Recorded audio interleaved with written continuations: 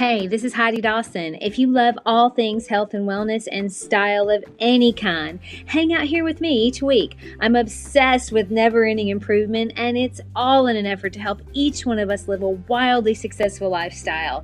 Subscribe today so you don't miss a thing. Hi, guys. Welcome to episode 113 of the Wildly Successful Lifestyle Podcast. So I have a question for you. Have you ever listened to a podcast that was so full of good information that you're just sitting there thinking, oh my gosh, I have to do that and I have to do that. Oh, and I need to do that too. How about when you're reading a good book and it's full of great new information and you're just taking it all in, but because you are taking it all in at once, it becomes overwhelming. So by the time you're finished, it becomes a really good book or a really good podcast with great ideas. But you never actually follow through because there was just so much information. I can tell you with 100% certainty that I have. And then I started realizing that it isn't so much about doing everything, it's about doing one thing. The one thing that stands out and applying that one thing really well. Your brain absorbs all the other stuff and it'll fall in line or maybe be useful later or maybe not. But don't stress about it. We're an instant gratification society. I mean, sometimes we want change right now without going through the phases needed to be ready for when that change happens. We want it all to happen right away, but sometimes we forget, or maybe we just don't realize that we're not ready for it yet. The work we need to do is preparing us to be ready for everything that comes with that change. What if that book that was put in front of you, that someone told you about or gave you or you read about, what if that book had one thing that's meant for you and everything else is noise? What if that person that's no longer in your life was there to show you one thing and now their job is over, so the universe moved them on? Maybe it was a partner or a mentor or a friend. I had an old boss in my life once that became a really good friend, and I thought he'd be around a long time, but that wasn't the case, which is actually a good thing. I look back and in a way, he was the very first person that actually helped me see my own worth. He was put in my life at a time when I really needed to know that. I needed to know that I deserved everything good that was coming my way and then some. But it wasn't a relationship that was going to benefit me long term, and I knew that, and so did the universe. And sometimes you just have to trust that. And then there are the classes you take where maybe you only remember one thing, or books where you only learn one thing. These are the things in life that we don't realize in the moment, but we look back and we think, man, if I hadn't read that book or taken that class or had that boss that gave me that really good piece of advice, my life might be really different right now. I think I have talked about the nutritionist Eric and I used for a while. He was really good. He helped me advance not because of the amount of things he taught me, but because of the one thing I learned and have never stopped doing. He taught me to do one thing at a time. Now, let me be clear. I did not like that at the time. I wanted to go into this meeting with him, the first one, and I wanted him to change everything for me right then and there in that first meeting. But what I realized and what he already knew was that if I just take one thing and change it for 2 to 3 weeks, then likely it's sustainable and it will become a habit. Whereas if I try to drastically change everything all at once, the likelihood of sustaining that, long term at least, is very low.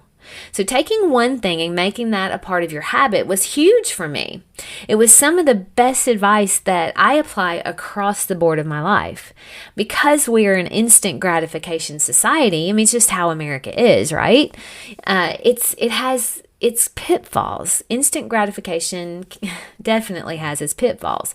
We expect things right now, and if it doesn't happen, we get discouraged. I'll give you an example of another way that this thought has helped me.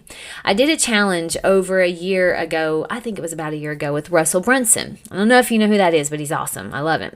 Anyway, he has this challenge that he does several times a year, and it is so good.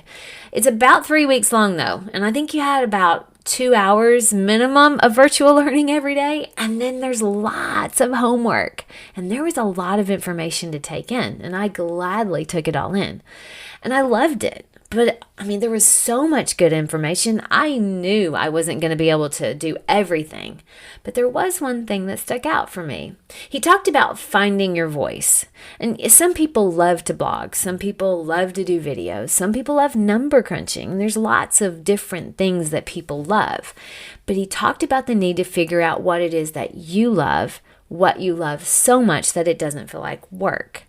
And he talked about a lot of different things that you can do, and they all sounded exciting. And then he told us how to start a podcast. Now, not only how, but he also talked about how many people quit after a few episodes because they don't instantly get 1,000 downloads. So he prepped us that it would take time for anything worth having to really succeed. Sometimes we think, oh my goodness, if we don't succeed right out of the gate, then we're failing. But that isn't the case. So he prepped us for that. I had been writing in my journal for months that I wanted to start my podcast, so I knew that this was it. This was my one thing I was going to take from this challenge. And I knew because of the way he prepped us, I knew I wasn't going to quit when it got hard because it did. Or in the beginning when it felt like no one was listening. You know, I loved it so much that I wasn't going to quit. Now, it's part of that is that I love thinking about the next episode and how I can help you guys and me for the week. And I also get to interview a lot of really good people, and they give great advice. We get new books, new podcasts, and they also tell how they overcome some of the same things we're dealing with sometimes daily. You see, I didn't stress about all the other things that Russell taught us in that class.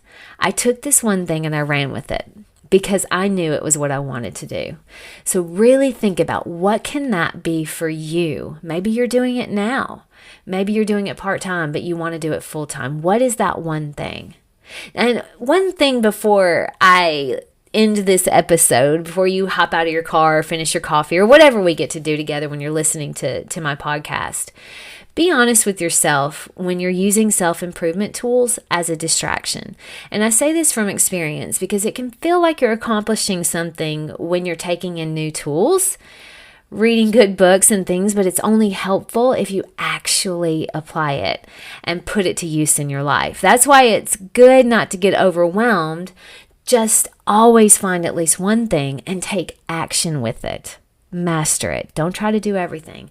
So the next book you read, the next podcast you listen to, the next seminar you attend, commit to taking it all in, but take the one thing that stands out to you and master it.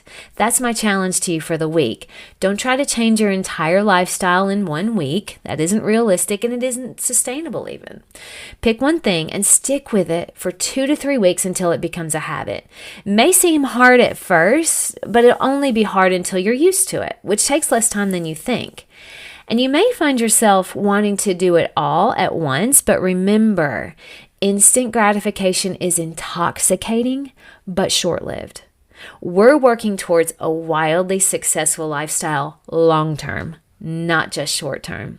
When you use this technique, your life will change and the change will stick. And that's what we're looking for. I love you guys, and I'll talk to you in a few days. Don't forget to subscribe and share with your friends because we're just going to keep going bigger and better places together, and I love that about us. Talk to you in a few days.